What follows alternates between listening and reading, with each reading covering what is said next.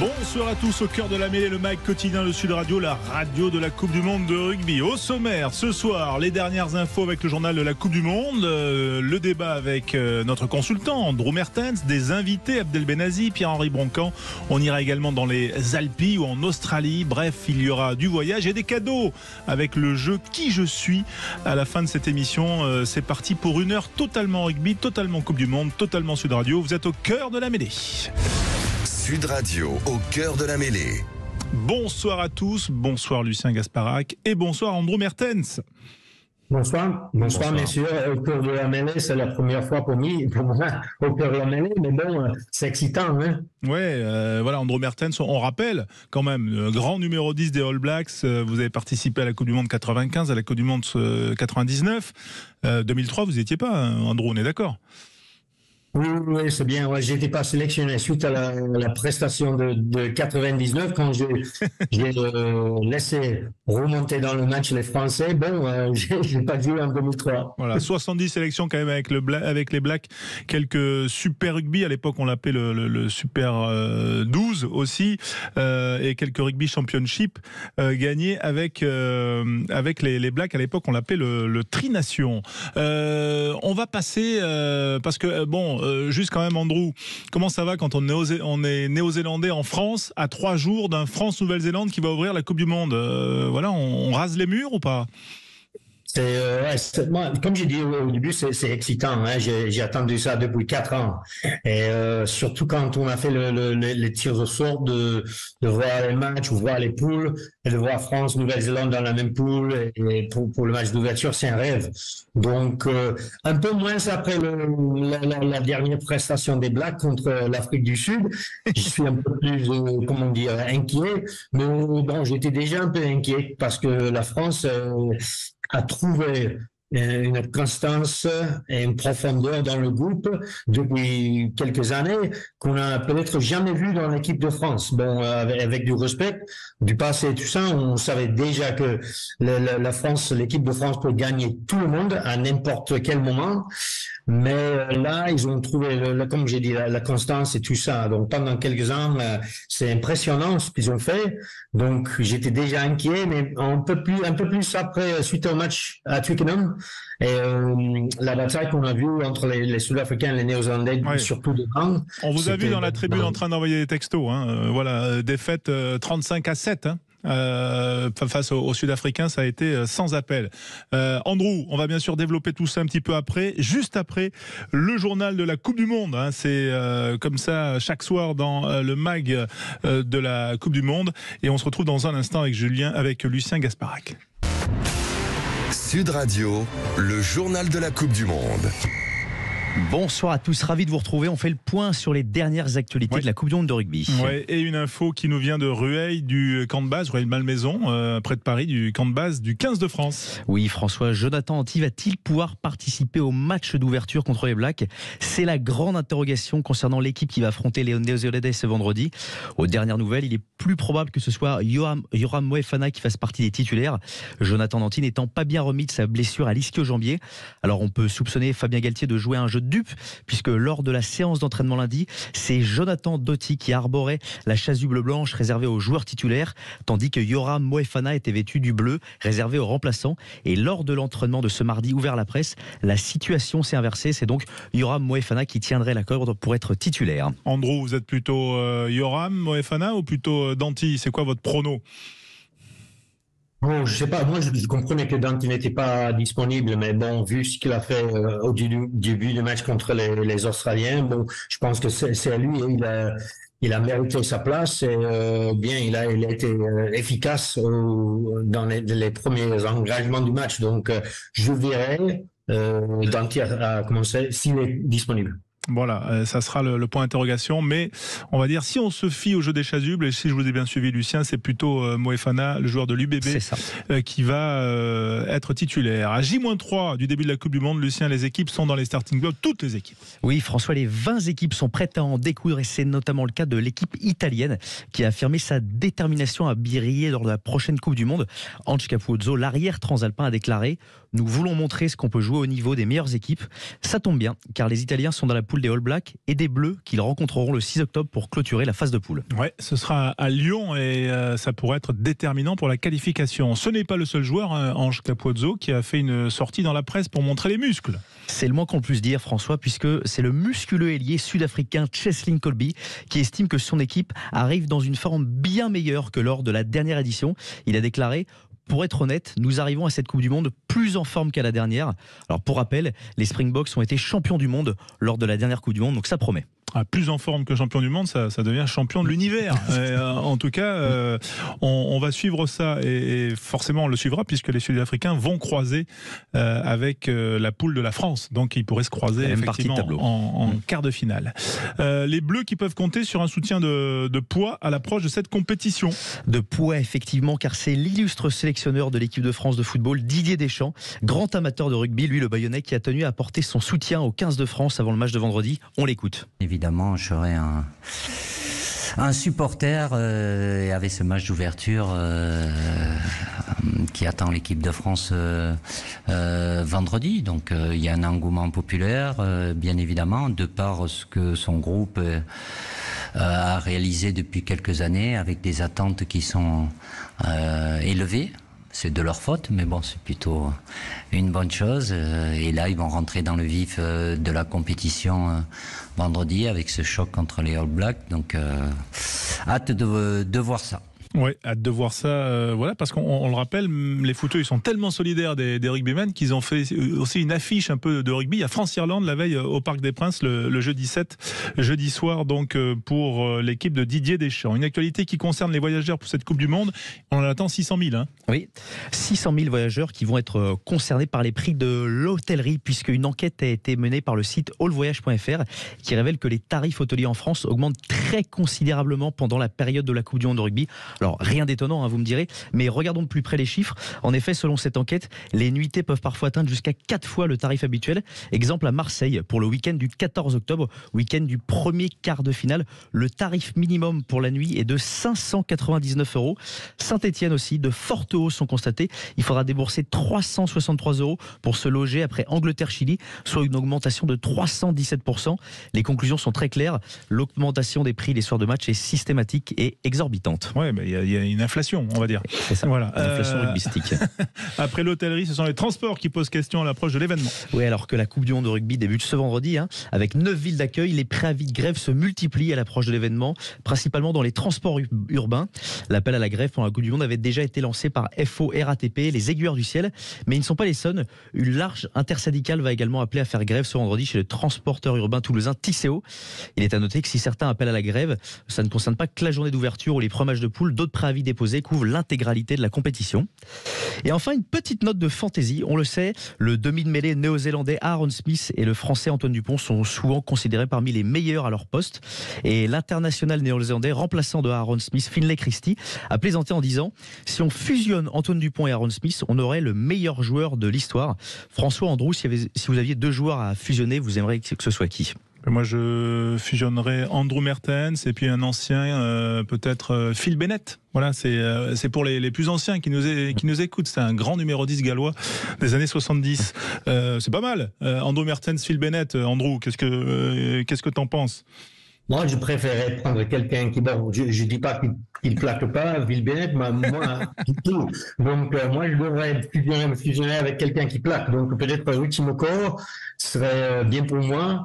Mais bon, oui, d'avoir des talents complémentaires et tout ça, on voit que même dans le rôle de demi-mêlée, les deux, là, avec la part énorme de Aaron Smith, avec la vision et tout ça de Dupont, même dans le même poste, ils sont un peu complémentaires et influentiels également. Donc, ouais, j'imagine que ce serait un joueur très bon de la fusion.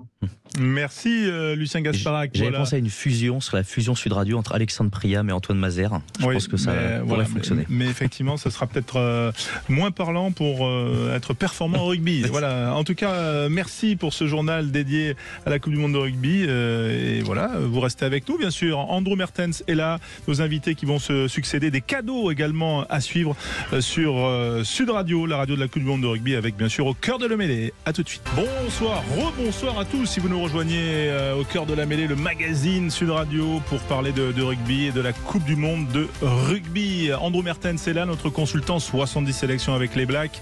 Il parle français parce qu'il a joué aussi dans certains clubs, notamment Toulon, le Racing 92, Béziers, que vous avez entraîné. Andrew, bref, votre cœur est partagé, j'imagine, vendredi quand même. Attention à ce que vous dites. Oui, parce que bon, j'ai passé quelques années avec du plaisir en France, avec des expériences à Toulon et Racing à Béziers, avec 3 clubs qui sont, comment dire, emblématiques de la France. Et je voudrais bien voir un titre du champion du monde pour les Français qui le méritent, à mon avis, suite à 3 finales et tout ça. Donc, s'il n'y a pas les Blacks qui gagnent en finale, bon, j'aimerais bien que les Français soient là et pour gagner la finale. Mais bon, pour vendredi soir, je suis pas trop inquiet niveau résultat. N'importe quelle équipe qui perd est toujours dans le tournoi. On a déjà vu avec les Français en 2011 2 fois en poule. Et après, ils sont arrivés en finale. Et ils étaient presque champions. On dirait peut-être ils auraient dû gagner. Mais bon, donc c'est possible. Donc même la Nouvelle-Zélande, pareil, même s'ils ont jamais perdu en poule, s'ils perdent, c'est toujours possible d'arriver en finale. Et en plus, ça peut aider la préparation de l'équipe pour les semaines à venir. Donc, moi, c'est juste, je vais prendre plaisir du match. Quel All Blacks on va voir? Est-ce qu'on va voir les All Blacks qui ont été un petit peu quand même meurtris par leur défaite à Twickenham 35-7, ou est-ce qu'on va voir des All Blacks revanchards qu'on a vu assez brillants quand même dans le Rugby Championship cet été? Oui, je pense revanchard, comme tous les Néo-Zélandais souhaitent. C'est vrai que c'est pas souvent que les Blacks perdent 2 fois d'affilée. Donc, ils ont sans doute appris quelque chose du match contre l'Afrique du Sud. Ils étaient pas loin en première mi-temps. Bon, même si les essais sont arrivés un peu facilement pour les Sud-Africains, mais je pense que les All Blacks, ils ont joué un match un peu simple, un peu plus simple qu'ils cherchent normalement. Ils ont cherché franchir la ligne devant juste en battant contre les avants. Et ça ne marche pas contre les Sud-Africains, mais je pense que les Néo-Zélandais, ils ont voulu se préparer dans cette façon pour voir ce qui va se passer dans le tournoi contre les gros packs devant d'Irlande, la France et tout ça. Donc, c'était pas une grosse réussite, évidemment, il y a 2 semaines, mais par contre, ils ont beaucoup appris et je pense pas qu'ils aillent faire le même jeu contre la France. Ils vont chercher l'espace un peu plus. Mais bon, non, c'est revanchard qu'on attend. Bon, juste en un mot, quel est le joueur qui, selon vous, va entrer en 2023 dans la légende de la Coupe du Monde, Andrew Mertens? Pour les Néo-Zélandais, ça pourrait être facilement Will Jordan qui va éventuellement, il va être l'arrière. Bon, c'est une ailier de qualité quand même, avec beaucoup de vitesse, beaucoup de savoir-faire, beaucoup de compréhension du jeu. Donc pour moi, c'est un des meilleurs, surtout dans l'équipe néo-zélandaise. Will Jordan, on va justement parler des joueurs qui ont marqué la Coupe du Monde et pour ça on va retrouver un invité, auteur du livre Les 300 meilleurs joueurs de l'histoire. Sud Radio, au cœur de la mêlée. Lomu steps outside, he's still not down, he's over! Lomu! This is the one, it's coming back for Johnny Wilkinson, he drops for World Cup glory!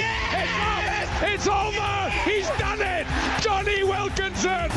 Bon, nous on espère que ça va être Antoine Dupont, bien sûr, ou Mathieu Jalibert, ou Damien Penaud, bien évidemment, ou les 3 d'ailleurs, ça serait magnifique. Paul Perrier est avec nous, auteur du livre Les 300 meilleurs joueurs de l'histoire, Paul.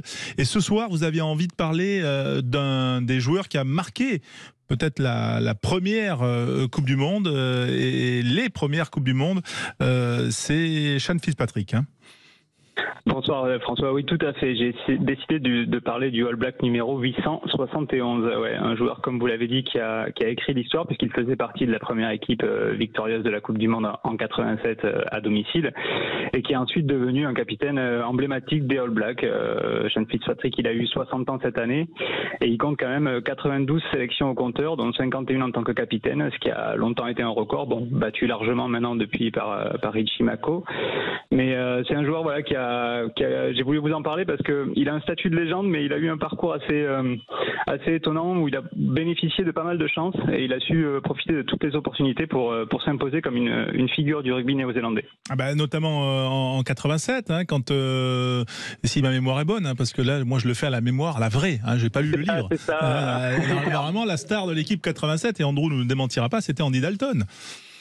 Et oui, c'était le capitaine, c'était le talonneur titulaire et qui était blessé. Et du coup, c'est Sean Fitzpatrick qui prend la relève. Et malgré le retour de blessure de Dalton pour les matchs qualificatifs, les matchs de phase finale, c'est Sean Fitzpatrick qui garde le poste de titulaire et Dalton ne verra même pas le terrain de toute la compétition.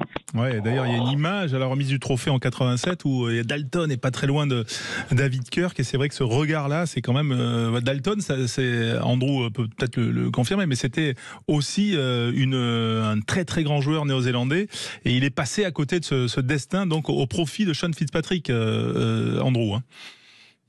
Oui, exactement ça. Bon, c'est ce qu'on dit en Nouvelle-Zélande, peut-être chez les All Blacks, c'est que bon, l'équipe vient en premier.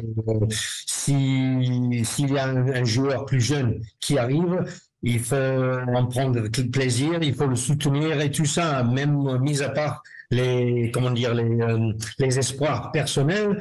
Bon, pour Andy Dalton, il était là en tant que pour le soutien et tout ça, pour aider avec Sean Fitzpatrick parce qu'il prenait ses premiers pas dans le rugby international, mais il était super dans ce tournoi, mais avec le soutien de Dalton. Donc, il y avait beaucoup de dignité, je sais pas si ça s'est dit. Kirk, il était un très bon capitaine. Il avait Wayne Shelford en numéro 8, qui était un joueur très influentiel, qui a également été capitaine plus tard, les années à venir. Donc, c'était une équipe qui était vraiment bien équilibrée. Mais de voir, effectivement, c'est pas un sacrifice qu'il a fait Andy Dalton. Par contre, il était complètement d'accord avec le fait que même au retour de la blessure, c'était Fitzpatrick qui était l'avenir, qui jouait bien, qui devait continuer dans ce rôle. Paul, peut-être. Donc, il fait partie de ces 300 joueurs qui sont dans votre livre. Voilà. Exactement. Combien de Français dans votre livre ? Oula, je les ai pas comptés. Il doit y en avoir une cinquantaine, je pense. Je les ai pas comptés, j'avoue. Il faudrait que je le fasse, mais il doit y en avoir une cinquantaine. Voilà. Sean Fitzpatrick, aujourd'hui, il est devenu quoi cet immense talonneur? Étonnamment, il a pas fait de carrière d'entraîneur, ce qui est le cas souvent de beaucoup de talonneurs, dont un qui est entraîneur, enfin en tout cas sélectionneur de l'équipe du Pays de Galles pour cette Coupe du Monde, Warren Gatland, qu'il a d'ailleurs barré dans l'équipe de Nouvelle-Zélande puisqu'il n'a jamais eu aucune cape parce que Sean Fitzpatrick ne se blessait jamais et du coup Warren Gatland n'a pas eu de cape. Mais Sean Fitzpatrick il continue à parler rugby, à être il est souvent sollicité pour donner ses analyses, mais on l'a pas trop vu sur les terrains, en tout cas en tant qu'entraîneur ni quoi. Mais ça reste une légende du rugby néo-zélandais, un capitaine emblématique, notamment reconnu pour son leadership et puis pour sa longévité, ses qualités sur le terrain aussi. C'est un talonneur très très dynamique, un vrai leader, donc qui a notamment aussi beaucoup travaillé ses lancers parce qu'au début c'était pas trop ça. Merci Paul Perrier d'avoir été avec nous en direct sur Sud Radio pour parler des légendes du rugby, 300 meilleurs joueurs de l'histoire. Ça c'est votre livre, mais vous reviendrez bien sûr régulièrement au cœur de la mêlée, le mag Sud Radio. Andrew Mertens, une question quand même sur ce match de vendredi 21h15, le coup d'envoi. On va le vivre bien sûr sur Sud Radio avec toute l'équipe, avec Daniel Herrero notamment.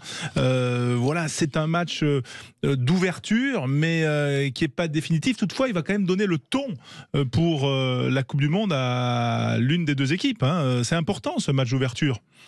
Oui, absolument. Et même tout le premier week-end, quand on voit qu'il y a l'Angleterre contre l'Argentine, Pays de Galles, Fidji,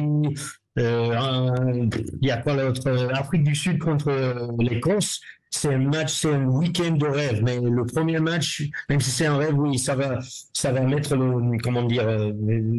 lancer le niveau du jeu. Et je pense que on va beaucoup apprendre de ces deux équipes, parce que même s'il y a beaucoup de semaines dans ce tournoi pour développer le jeu et tout ça, on peut pas tarder. Donc, on va voir, il y a le jeu devant qui va être important, évidemment, pour les All Blacks qui veulent normalement gérer le match, choisir le tempo et tout ça, mais ils peuvent pas le faire sans de bons ballons, de qualité. Donc, ça va être intéressant devant.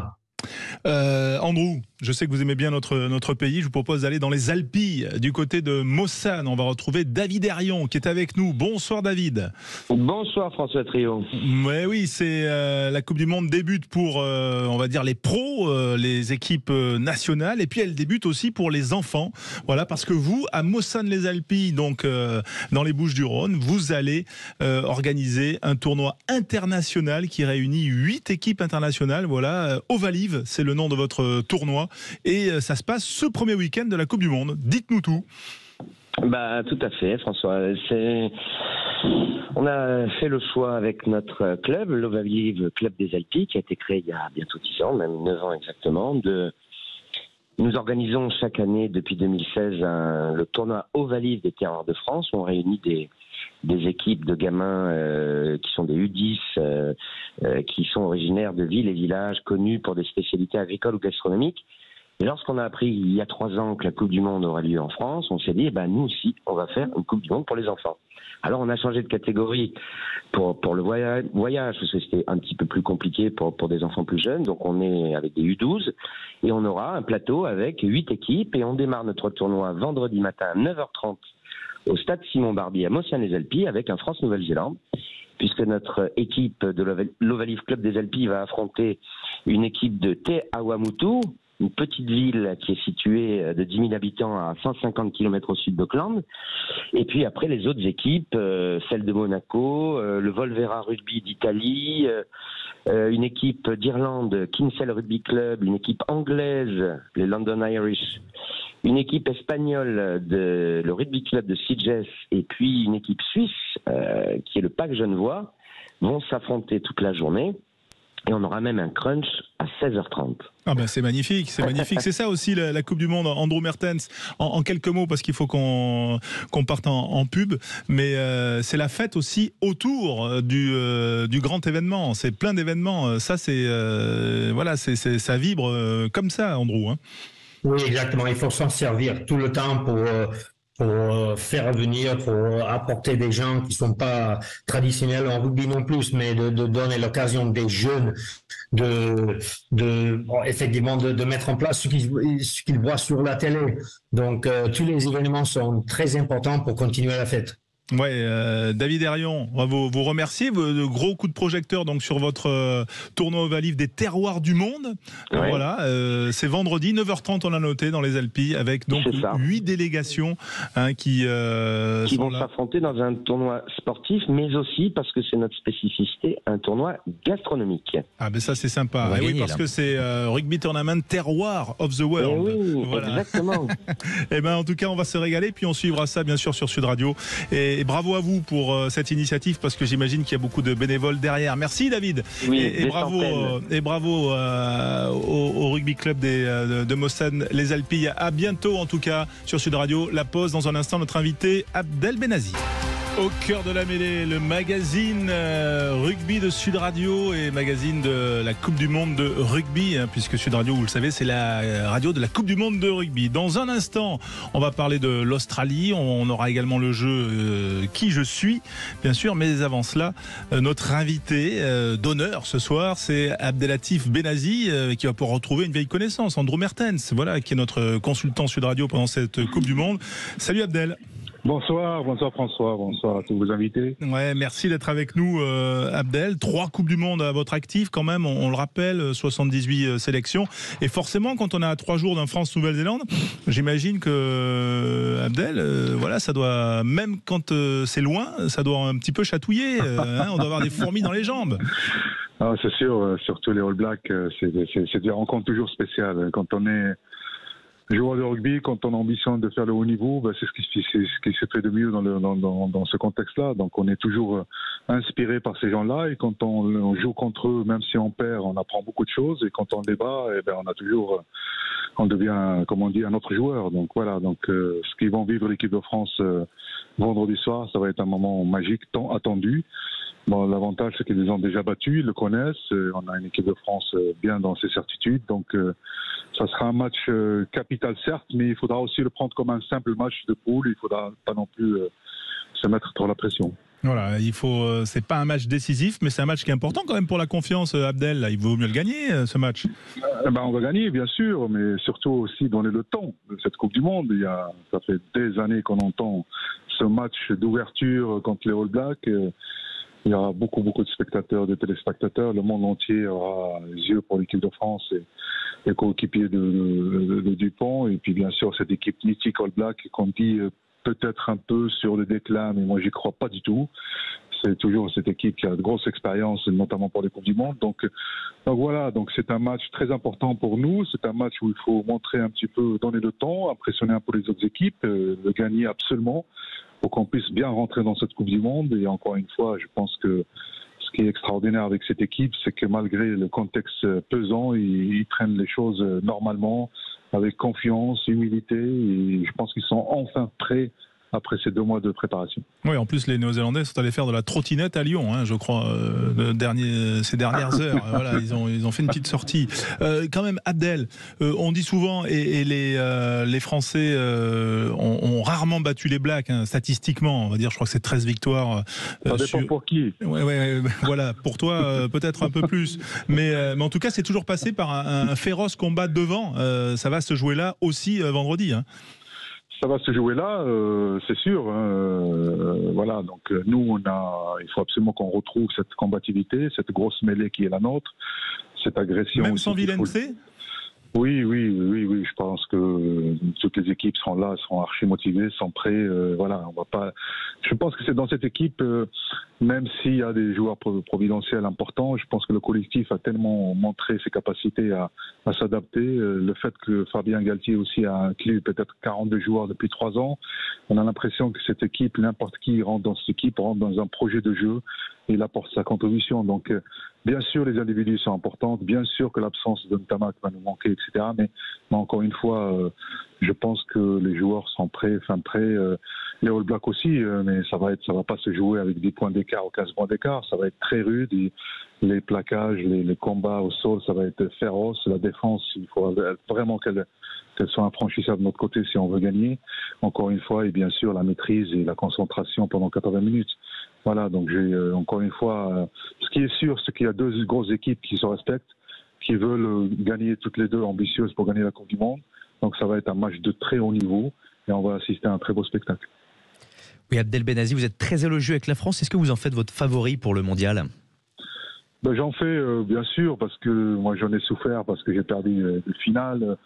Je sais que des fois on n'était pas très loin, mais aujourd'hui, vu le contexte, vu les moyens qui ont été donnés à cette équipe de France, vu le projet de jeu, vu ce qu'il a amené Fabien Galtier avec son staff de 25 personnes, vu les accords et l'apaisement qu'il y a eu depuis 3 ans entre la Ligue et ce système de GIF qui a permis à beaucoup de jeunes de jouer en top 14 de ces équipes de moins de 20 ans champions du monde. Donc il y a tout un projet. On ne gagne pas la Coupe du Monde avec 3 mois de préparation. On gagne la Coupe du Monde un peu ce que j'ai eu la chance de jouer en Angleterre dans les années 2000.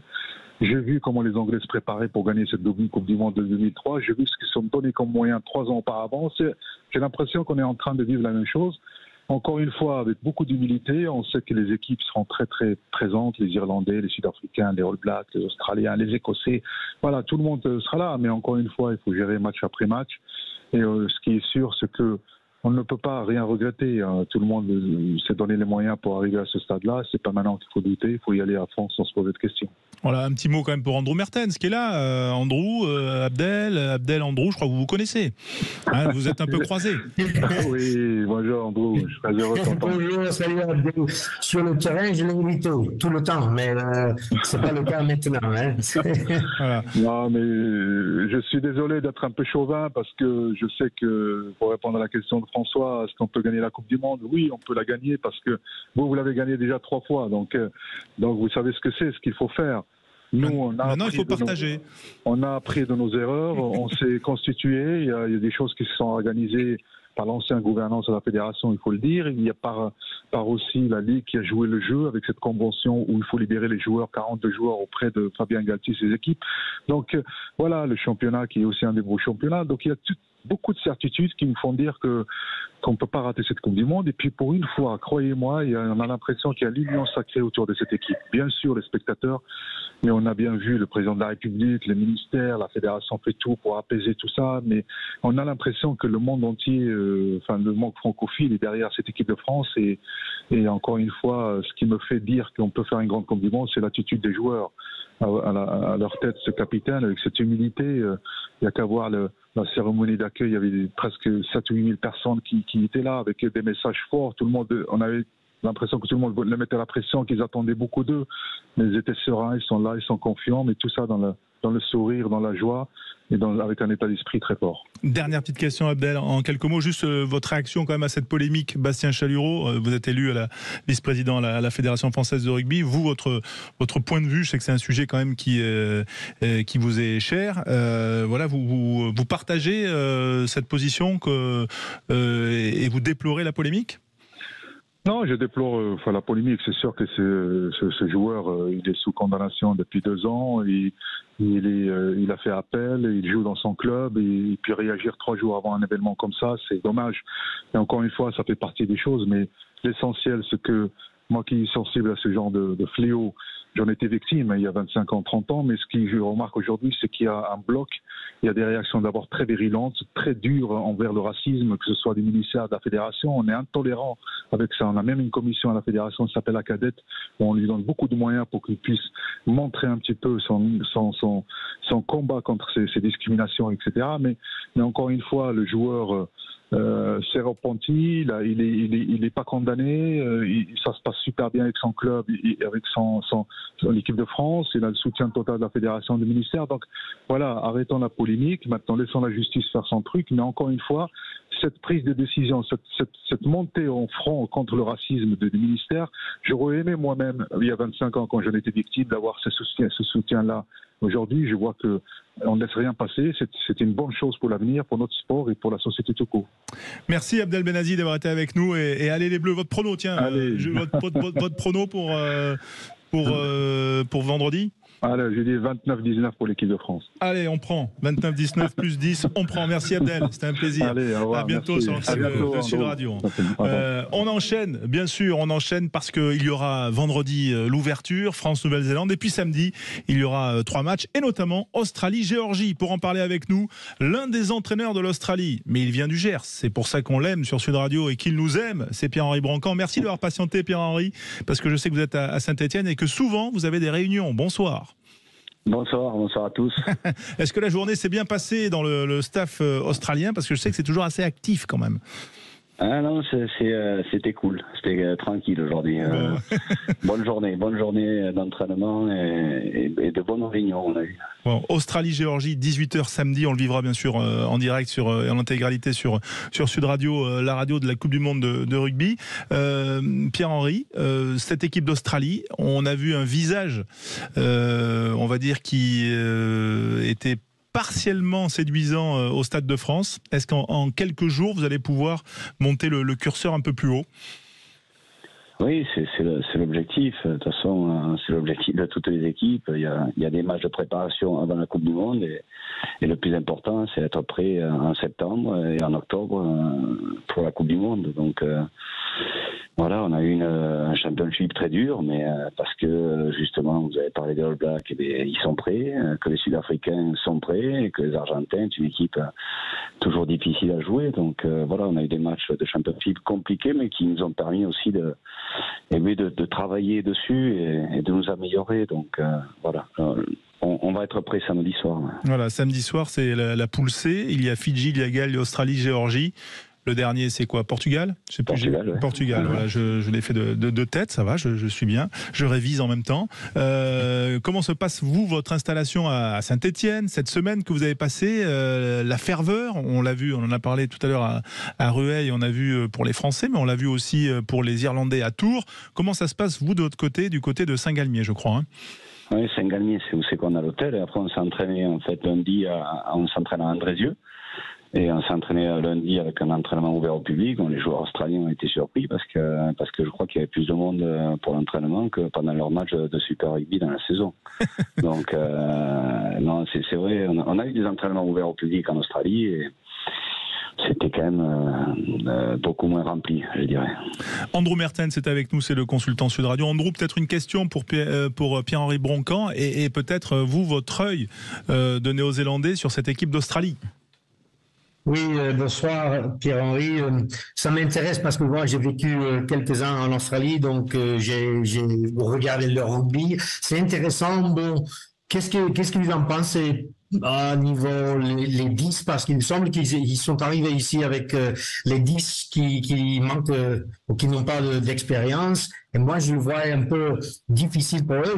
J'aurais voulu voir peut-être O'Connor, même Craig Cooper peut-être, mais il semble qu'Eddie Jones a mis beaucoup de, pas pression, mais beaucoup de responsabilités sur les épaules de Carter Goring et Ben Donaldson. Ils ont répondu comment cette semaine? Ouais, d'abord, bon, ils ont très bien répondu parce que c'est deux jeunes 10, c'est sûr, qui ont beaucoup moins d'expérience que James ou Quaid, mais sincèrement, c'est deux gosses d'avenir.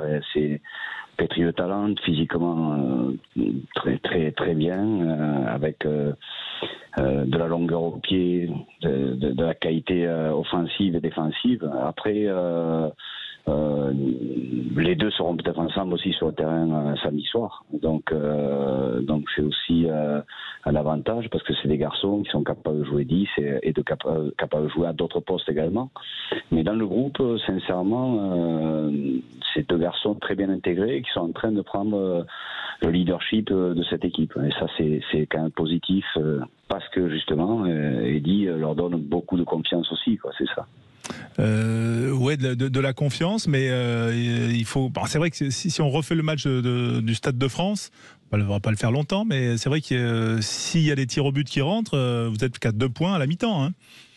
Oui, mais c'est un match de préparation. Donc, les tirs au but, il faudra les mettre pendant la Coupe du Monde. Donc, je sais bien que ça aurait été bien de les mettre peut-être contre la France au Stade de France, mais bon, ça sera plus important de les mettre samedi soir déjà contre la Géorgie. Et il y a eu du travail de fait cette semaine, que ce soit travail psychologique pendant 10 jours, 15 jours même. Et il y a un travail aussi sur le terrain, de tir au but, de tir au but sous pression, parce que un buteur à l'entraînement, il y en a beaucoup qui mettent tout, qui ont beaucoup de pression en match et qui ont beaucoup plus de difficultés. Donc c'est surtout ça. Et puis après, il faut qu'on soit aussi assez fort pour ne pas avoir forcément besoin du buteur samedi soir contre la Géorgie. Ouais, on le souhaite. Une question de Lucien Gasparac. Oui, Pierre-Henri, j'aimerais vous poser une question. C'est pas facile pour l'Australie depuis quelques mois. Quel levier de management il utilise, Eddie Jones, pour redonner de la confiance à son groupe? Parce que ça va être très, très important dans cette phase de poule où ça va être très serré. Qu'est-ce qu'il utilise comme levier pour redonner de la confiance? Mais déjà, le premier levier, c'est qu'il absorbe toute la pression. Les joueurs, ils n'ont aucune pression, j'assure. Moi, je vis à l'intérieur. C'est Eddie qui prend toute la pression et puis il s'en fout. Je pense sincèrement, il a assez d'expérience aujourd'hui, il est assez âgé pour l'encaisser. Donc les joueurs, ils sont en permanence en confiance avec Eddie. Eddie met beaucoup de confiance sur les joueurs. Il n'a jamais de changement d'humeur avec les joueurs. Il en a avec le staff, je peux le garantir, sur les réunions, mais jamais avec les joueurs. Donc sincèrement, les joueurs, ils sont en confiance. Et il n'y a pas de souci à ce niveau-là. Et la pression, c'est lui qui l'absorbe, c'est lui qui répond aux journalistes. Hein. Pour y aller en face, des fois, il est quand même parfois tendu, je dirais. Mais en tout cas, les joueurs, il fait tout pour qu'en tout cas les joueurs soient en pleine confiance. Pierre-Henri, je vous propose d'avoir un petit peu la sensation, le sentiment de ce qui se dit, de ce qui se passe en Australie avec un de nos auditeurs, Stanislas Karn, qui est avec nous. Bonsoir. Bonsoir Stanislas. Bonsoir. Et vous êtes Bonsoir donc à tous. vous êtes en Australie. Qu'est-ce qu'on attend des Wallabies au pays du rugby, en tout cas dans cette Coupe du Monde? Écoutez, il faut savoir que avec les dernières performances australiennes, on va dire que les attentes ne sont pas forcément au point, mais tout le monde est content de voir la Coupe du Monde démarrer ici, avec quand même de l'espoir d'une belle Coupe du Monde pour eux. Voilà, dans l'ensemble, c'est un petit peu ce qui se passe. Voilà, bon là si je fais des bons calculs de jet lag, ça doit être tôt le matin pour vous. Les matchs ils seront à quelle heure pour vous, notamment samedi soir 18h heure française, Australie-Géorgie? Australie-Géorgie, ça va tourner autour de 3h du matin, donc plein milieu de la nuit. Bon, donc ça veut dire qu'il n'y a pas non plus une attente ou en tout cas une ferveur de fou. C'est ça, autour de la Coupe du Monde, c'est un petit peu mitigé. Je pense que la plupart des gens qui s'intéressent vraiment au rugby sont des gens qui vont regarder tranquillement ça à la maison. Il n'y a pas de grosse ferveur pour l'instant qui tourne. Enfin, je ressens pas une grosse ferveur autour de cette Coupe du Monde, étant donné elle se passe en pleine nuit ici. Justement, peut-être faire réagir Pierre-Henri Broncan sur ce point. On a la sensation quand même que les Wallabies travaillent pour 2027 puisqu'ils organiseront la Coupe du Monde et que même dans la gestion de l'effectif, on se projette sur la prochaine Coupe du Monde. C'est une illusion ou vous le ressentez comme ça, vous, à l'intérieur du staff? Ouais, moi je suis pas concerné, mais je ne serai pas l'Australien 2027, mais oui, certainement qu'il y a aussi cette volonté de préparer aussi une équipe pour 2027, puisque la moyenne d'âge est quand même très jeune aujourd'hui. On a seulement 7 joueurs qui ont participé à une Coupe du Monde et deux seulement ont participé à 2 Coupes du Monde. Donc c'est quand même sur un effectif de 33, vous voyez qu'on a 25 joueurs qui ont fait 0 Coupe du Monde. Donc c'est une équipe sans expérience de la Coupe du Monde, mais une moyenne d'âge, je répète, très jeune, mais voilà. Mais c'est vrai que 2027 est pas si loin aussi, et en 2027, en tout cas, il y aura un très gros effectif, je pense, pour l'équipe d'Australie, quoi. Oui, je suis ravi d'avoir Stanislas au téléphone parce que j'ai joué longtemps avec lui au Rugby Club de Versailles. On a guerroyé sur les terrains d'Île-de-France. Et je me demandais si tu avais trouvé un club, Stanislas, en Australie, si tu pratiquais le rugby. Alors, ici, la plupart des gens avec qui je parle jouent soit au football australien, soit au rugby à 13. Donc, je n'ai pas trouvé de club de rugby à 15. Je suis pas loin de me tenter au football australien, mais ça ne s'est pas encore fait. Est-ce que ça, Pierre-Henri, c'est pas finalement le cœur du problème du rugby australien? Parce que c'est vrai qu'il y a pas mal de jeunes, mais on sent aussi qu'il y a un peu un essoufflement dans son évolution. C'est le gros problème d'ailleurs du rugby australien. C'est la grosse différence d'ailleurs avec la Nouvelle-Zélande d'Andrew. On a été jouer à Dunedin cette année contre les All Blacks, où on sent que c'est quand même le sport numéro 1, que c'est même plus important que je dirais que le gouvernement néo-zélandais. On a été en Afrique du Sud, on a senti la même chose. On va en France, on sent qu'il y a beaucoup d'engouement autour de cette équipe de France et du rugby en général, mais en Australie, mais oui, c'est le rugby à 13, c'est le football australien, et quand tu te mets devant la télé le soir, t'as pas de rugby à 15 à la télé, hein. Donc c'est un gros problème aussi pour notre équipe. Vous savez, athlétiquement, on n'a rien à dire à toutes les équipes. Tactiquement, après, je pense qu'il faut qu'on éduque nos joueurs aussi, parce que ils ne voient pas de match de rugby à 15 à la télé. Ils n'en parlent pas. Ils parlent de rugby à 13, ils parlent de football australien. Mais ouais, c'est bien, mais je pense que ça, c'est un gros manque dans l'éducation par rapport à ce rugby à 15. Donc voilà, on s'y attache depuis une semaine. On passe des matchs tous les soirs et tous les midis pendant les repas à la télé, sur le grand écran, pendant qu'on mange.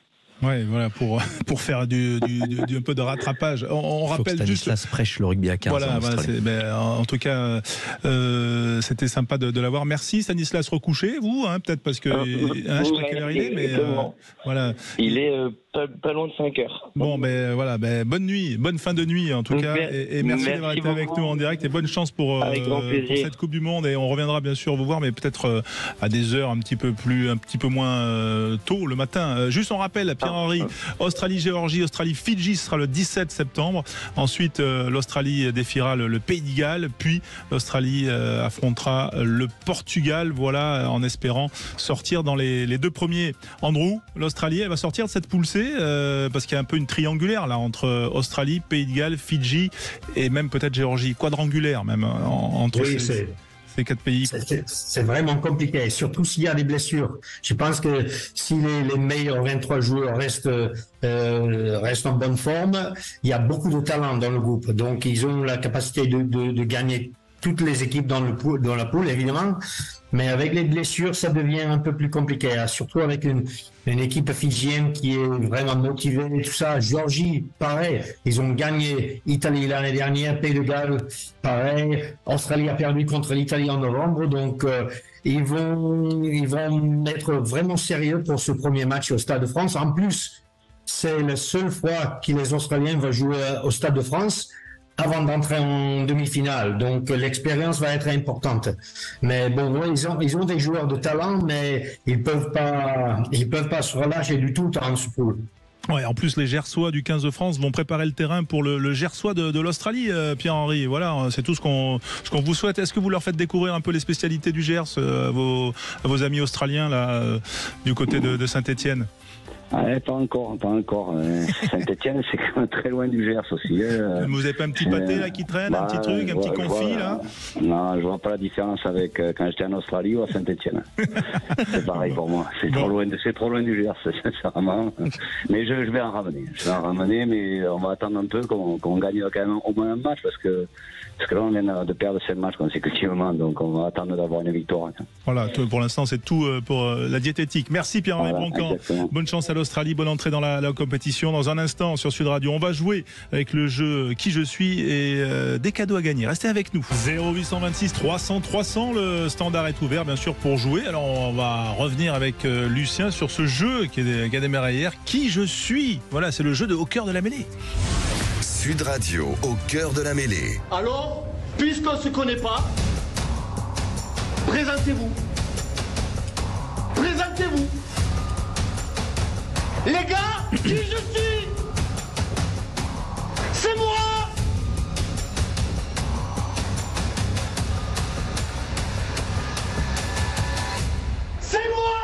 Je suis un monsieur. Ça, c'est se présenter. Quel plaisir tous les jours ce jingle.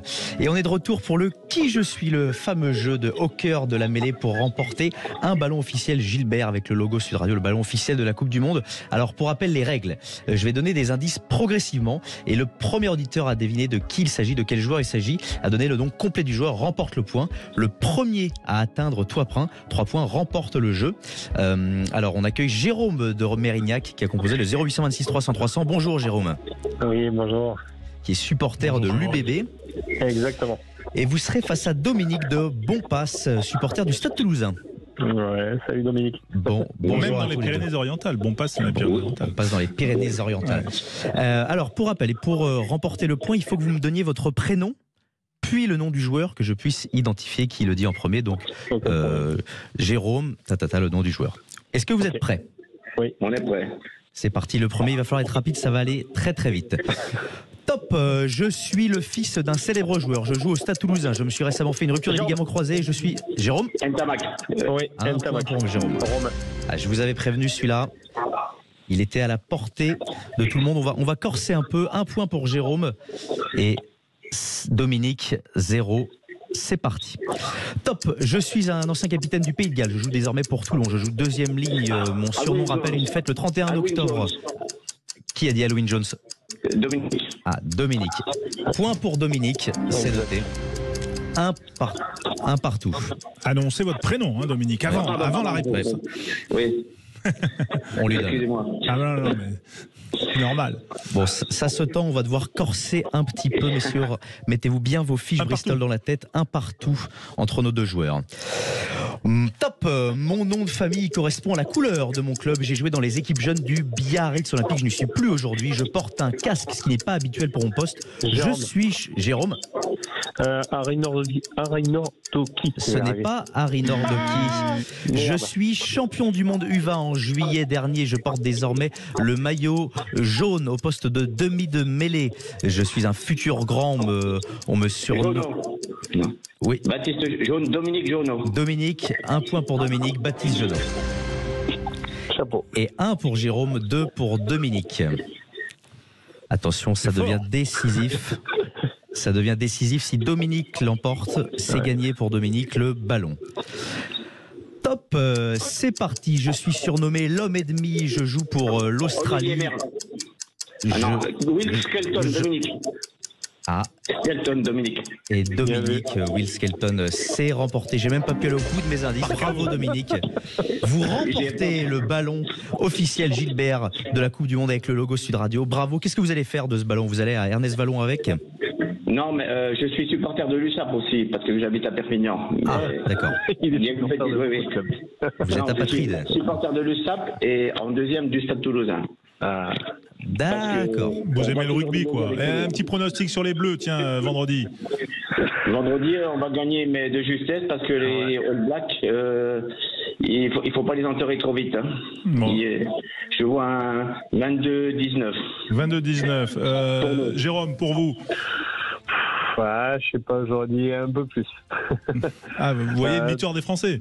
Ouais, des victoires des Français, ouais. Ouais, 31-27, quelque chose comme ça. Ah, vous voyez du jeu, eh bien, c'est super. En tout cas, merci d'avoir été avec nous au cœur de la mêlée. Encore. Merci Lucien Gasparac. Merci à tous. Adrien Abadi pour les réseaux sociaux. On se retrouve sur twitch.tv Sud Radio. Hein. Ça, c'est bien sûr une habitude maintenant. Maxime Sénat à la technique. Et bien sûr, on se dit au revoir parce qu'on est en retard, mais c'est normal. Allez, au cœur de la mêlée, c'est tous les soirs 20h, le magazine de la Coupe du Monde de Sud Radio, la radio de la Coupe du Monde de rugby. À demain.